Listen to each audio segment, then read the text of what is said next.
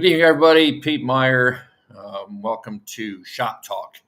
Um, this presentation is made by Endeavor Business Media's Vehicle Repair Group, and it's home, of course, to Motor Age, PTEN, ABRN, Aftermarket Business World, and Professional Distributor magazines. No matter what your role is in the automotive aftermarket, we've got you covered. A little bit different format, kind of an update of what has been happening here at the Marriott Coronado Island Resort in San Diego, California, where the Equipment and Tool Institute is hosting Tool Tech 2022. And co-located with the event is the spring general session of the National Automotive Service Task Force. And I wanted to bring you some updates from that I think you'll find not only useful and informative, but something that applies to all of us who make a living fixing cars, whether you're on the mechanical repair side or the collision repair side. And the first thing I wanted to share with you was a presentation made by one of United States Secret Service agents that's based here at the San Diego field office with a specialty in cyber crime. And he brought a few things interesting to light. And what I really wanted to share with you primarily is if you're a shop owner, you have a certain liability to your customers and to your teammates when it comes to protecting them from informational theft. And there's a few things that you can be open up to. First, of course, is malware and ransomware. If you are connected to the internet, whether it's for your service information system, your shop management software, or it's a Wi-Fi service that you're supplying for your customers, your tools, your scan tools, your computer systems, and of course your customers' systems can be subject or could be subject to a malware or ransomware attack. Another thing that you have to be aware of when you're providing these kind of services is that you can also provide inroads for hackers to come in and steal your information, your personal information. We've seen this in the news. Big company data breaches. One that the agent pointed out was the Target data breach that resulted in over 70 million personal records being stolen. And then, of course, these are found on the dark web and can be used to steal someone's identity and wreak havoc with their credit. As the agent pointed out, it's something that you can recover from. A bad credit card. You get a bad credit card charge. That's one thing. You can deny that to your bank, and then they go ahead and take care of your charge and issue a new credit card, and then everything's back to normal, so somewhat. But if your identity's stolen, then that's a tough one to recover from. A real challenge. Not going to help your dating. And the next speaker that was present, get too hard myself. There we go. Is Brian Daugherty of MEMA. That's the Motor Equipment Manufacturers Association. He is their chief technology officer, and he was approaching cybersecurity a little more closer to home. And I want to make sure that I get this information right. So let me pull up some notes that I made here for that. And and we've kind of talked about this before.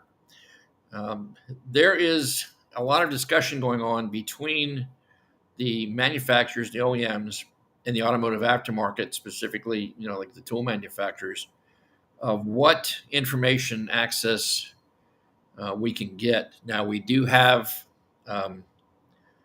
some other things that are in place. Many of you might be aware of the Massachusetts Right to Repair Act and a resulting memorandum of understanding that was signed among the manufacturers to provide us with information, as you'll see in a moment, equivalent to the access that the EPA and CARB now require for emissions-related items.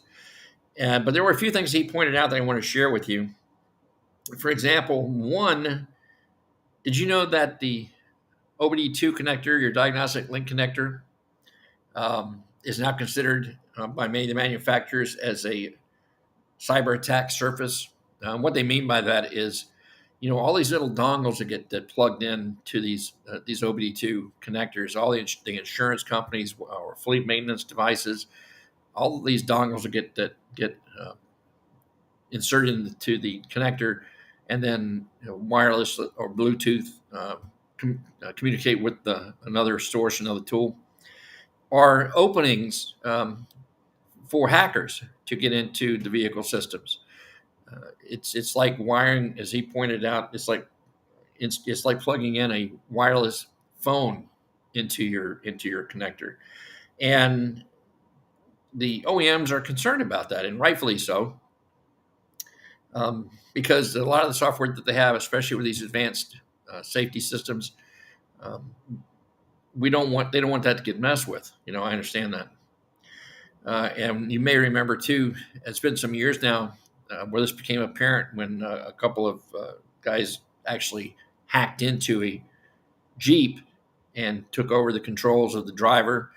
They were able to change the radio station, change the HVAC settings, but then they got a little more serious. They are actually able to steer the vehicle, accelerate the vehicle, brake the vehicle, pretty much take over control with it.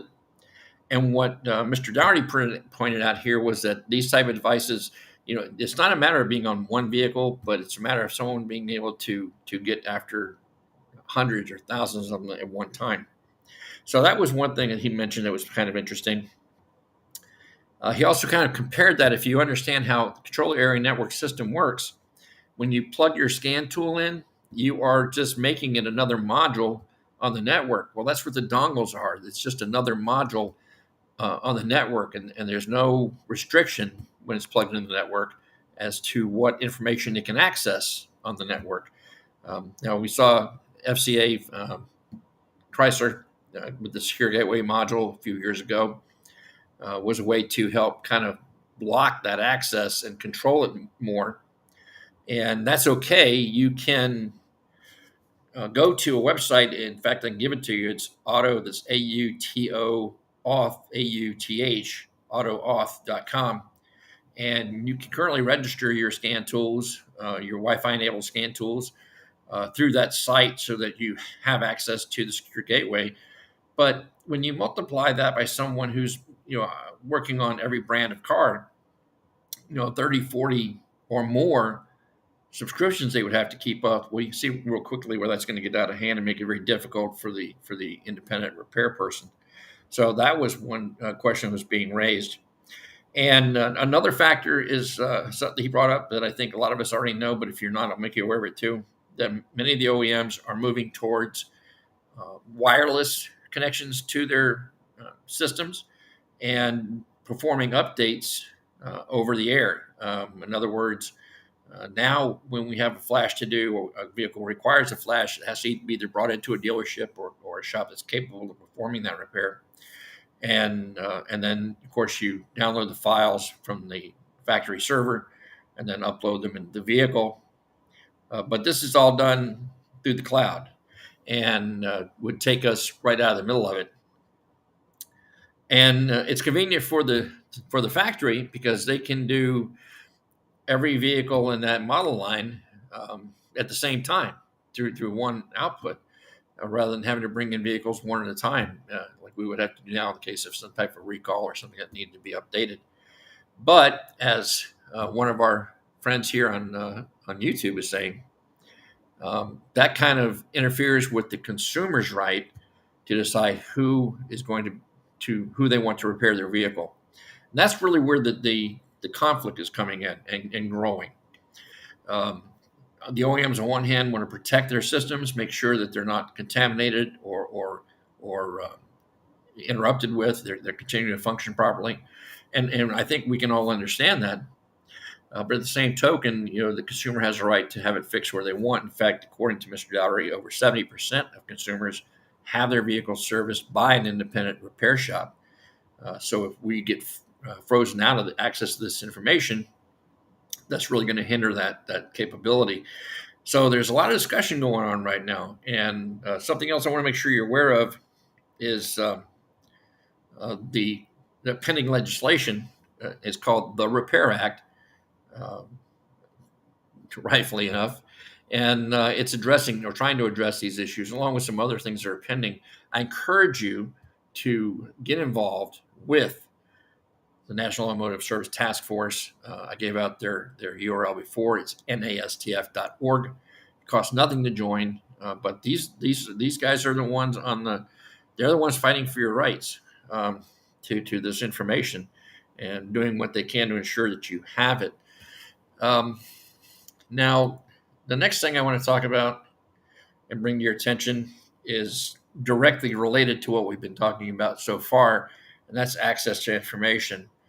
And today, Donnie Seifer, Executive Director at the National Automotive Service Task Force, made some comments relating to an issue that's kind of come to a head. And this is the title of the press release that they issued, that the NASTF subcommittee releases a final report on Mercedes-Benz tool-related SIRs, which is Service Information Request Forms. And I want to get this right. So let me pull up a copy of that release so I can read it to you. And then we'll go back to the live stream here. The NASTF, the Automotive Service Information Standards Agreement that the National Automotive Service Task Force has, is the agreement by which automakers and NASTF resolve identified gaps in service information, tool information, training, and vehicle security information. Now, NASTF is identified in both the Automaker Industry Memorandum of Understanding and the Massachusetts Right to Repair Law as the party to assist in resolving these types of concerns. The ASIS agreement, in essence, takes the requirements of the California Air Resources Board, or CARB, and the U.S. Environmental Protection Agency, or EPA, regulation and extends them to all systems of the vehicle. In other words, we currently are required by law, the OEMs are required by law to allow us access to information that impacts emissions. You know that as global OBD2 on your scan tool. And the Memorandum of Understanding and the Massachusetts Right to Repair extended that to not just the ECM or modules affecting emissions, but all the systems on the vehicle. Okay, just to make that clear. Now, NASTF asks concerns related to Mercedes-Benz that influence the outcomes of most of the issues. Here's what they said briefly. Mercedes-Benz USA usually does not answer nor resolve any ASIS identified service information requests that go through NASTF. These are requests from shop owners, technicians, tool makers. When they're requesting information that's not available and it's supposed to be available, they go to NASTF to have them intermediate for them. But in this case, you're saying that Mercedes-Benz USA has not been providing these answers in the agreed upon response time, which happens to be no longer than 2 days. And until recently, MB USA rarely responded in any way to the SIRs, the service information requests that were forwarded to them for review. I think today he's increased this number from over 90 to over 100 requests have been remained open for over a year and been shared with Mercedes-Benz at least once. Now, according to the ASIS agreement, tool information requests require a response of no longer than 15 days for information that's already made available, and information that is currently not available must be provided no later than 20 days after receiving the SIR from the National Automotive Service Task Force. They've been working very hard to address this issue at the NASTF level and others.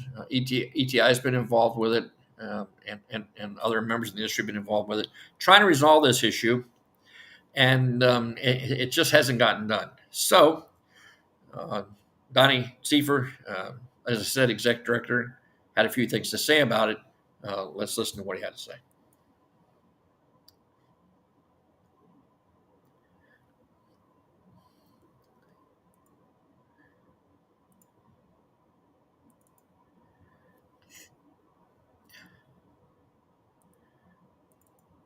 Okay, sorry about that. I don't think he's talking. All right, give me just a second. Whoop. And we'll just try another route.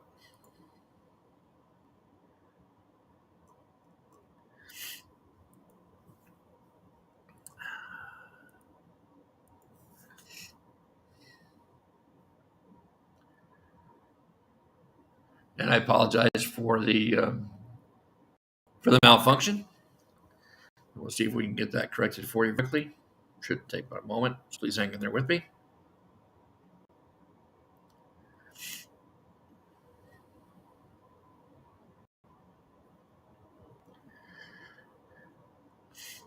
I think it's very important that if you're in the business, that you hear what Donnie has to say, and some of the other things that we already talked about this evening that came out of the National Automotive Service Task Force meeting. And it's very, very important to your future as a technician, your future as a shop owner, and you need to be involved in what's going on as it directly affects you.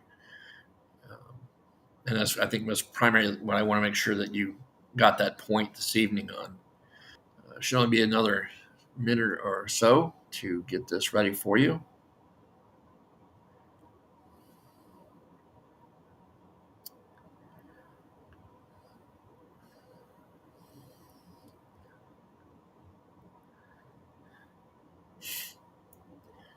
All right, almost there. I appreciate your patience. Thank you so much.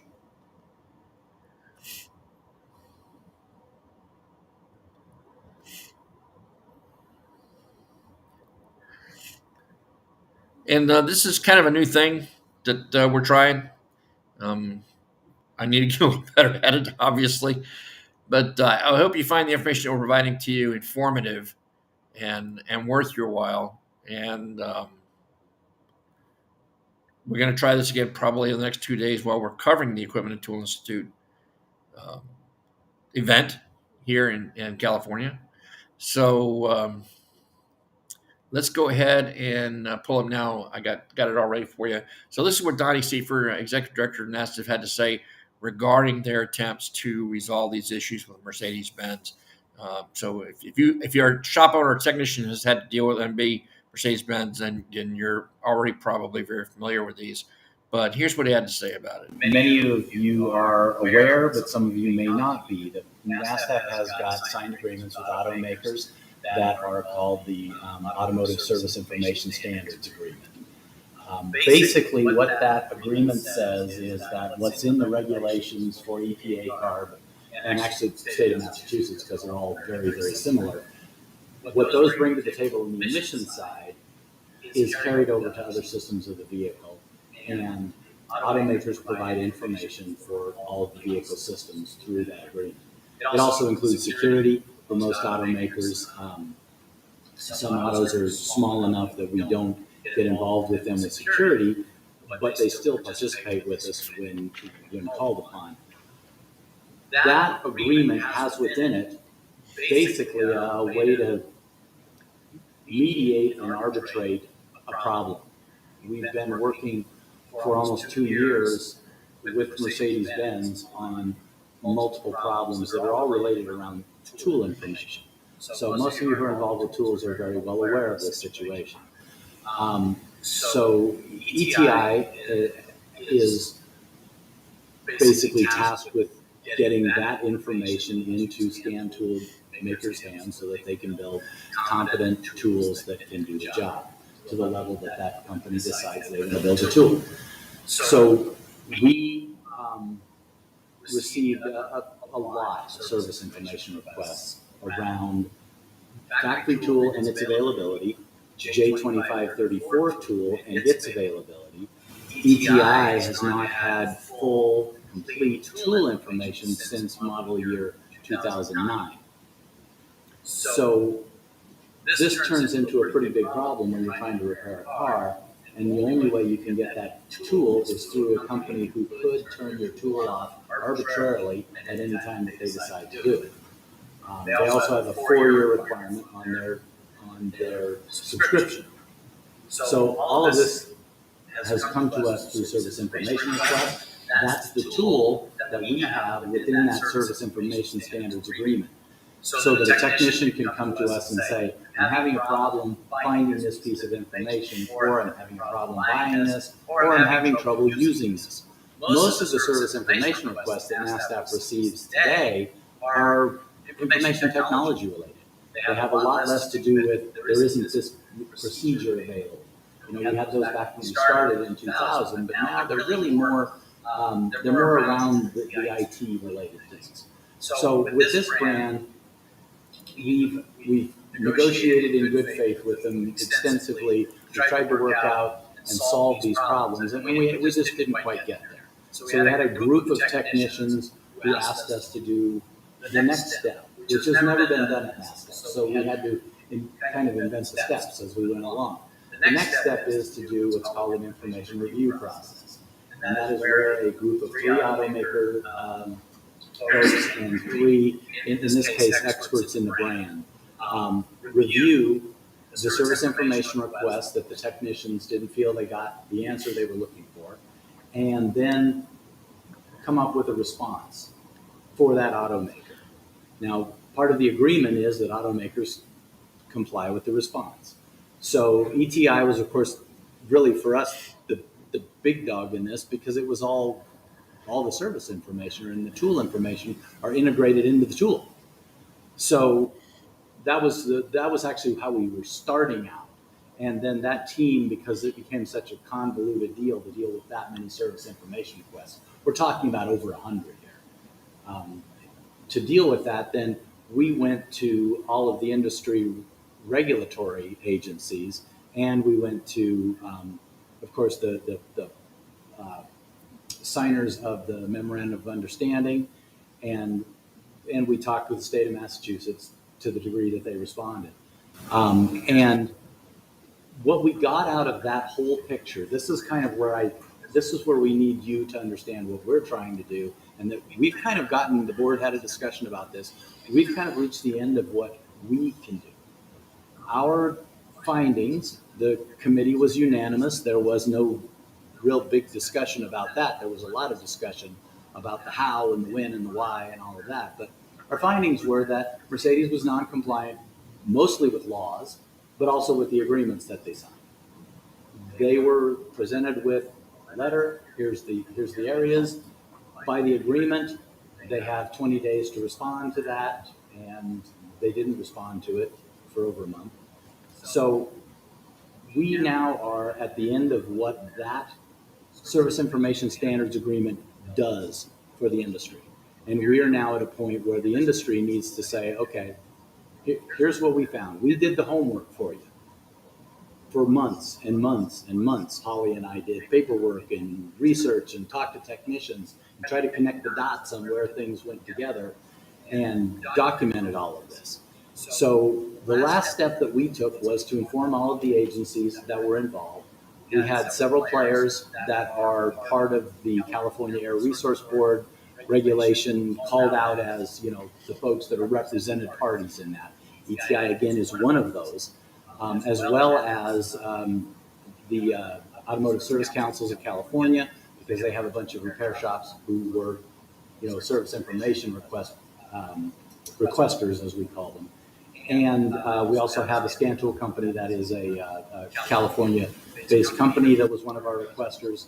And then we had a bunch of members, just regular NASDAQ members, who also were from California. So we put a formal request for review of compliance in with them.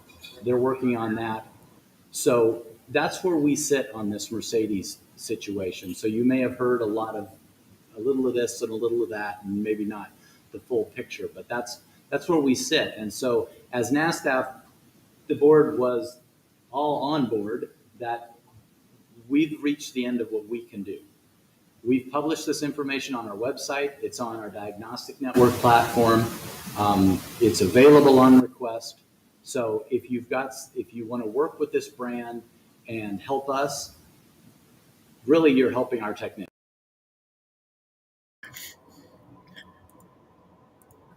Many of you are. Okay, so now the slide decides to work. So we'll fix that again. Excuse me, I have a little something in my eye there. That's not good. Anyway, so basically what Donna's saying is that they've gone through every step that they can take that's available to them to try to resolve this issue with Mercedes-Benz, and Mercedes is not replying, which essentially puts them out of compliance with US EPA regulation and California Air Resource Board regulations. And now, of course, that's the next step, is to file that concern with the appropriate agencies and see what they can take it to the next step. But that's just right now, that's just Mercedes. And we don't want them to set any kind of a precedent here that's going to make it easier down the road. So again, if and a lot of you guys who are watching aren't necessarily professionals in the business, you're consumers, but you should be just as concerned about that as we should be. And again, I want to make sure that you participate in the process. And goodness, I don't know what's causing mine to get all irritated, and I apologize for that.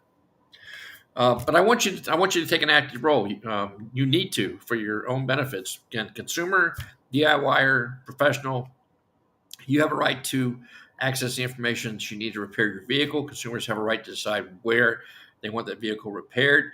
But we do have to honor the concerns of the manufacturers when it comes to the security of their vehicles and the security of the software that they're putting into them, and access to that. So there's going to be some give and take. But you know what? There's not going to be any give unless we stand up together and put our voices together. So I want to make sure that we do that. So anyway, that's going to wrap it up for Shop Talk Live right now. Again, kind of the first time doing it in this live method that I've never did before.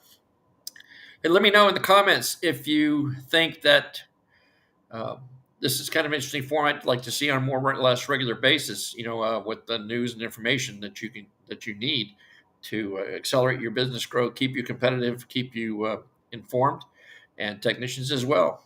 This is your livelihood, and you need to be aware what's out there that may have an impact on that. And it doesn't matter whether you're a mechanical repair specialist or a collision repair specialist.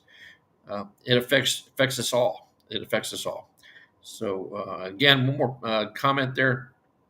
Go to the website, www.NASTF, National Automotive Service Task Force.org, and register for membership. Doesn't cost anything, but you do add your voice to the collective, and that's always a help. All right. So with that said, thank you for joining me tonight on Shop Talk, and we will try to be back tomorrow, maybe about this same time, with an update on everything that's going on here at the Equipment and Tool Institute Tool Tech 2022 in San Diego, California. So until then, it's Pete Meyer. Have a great evening.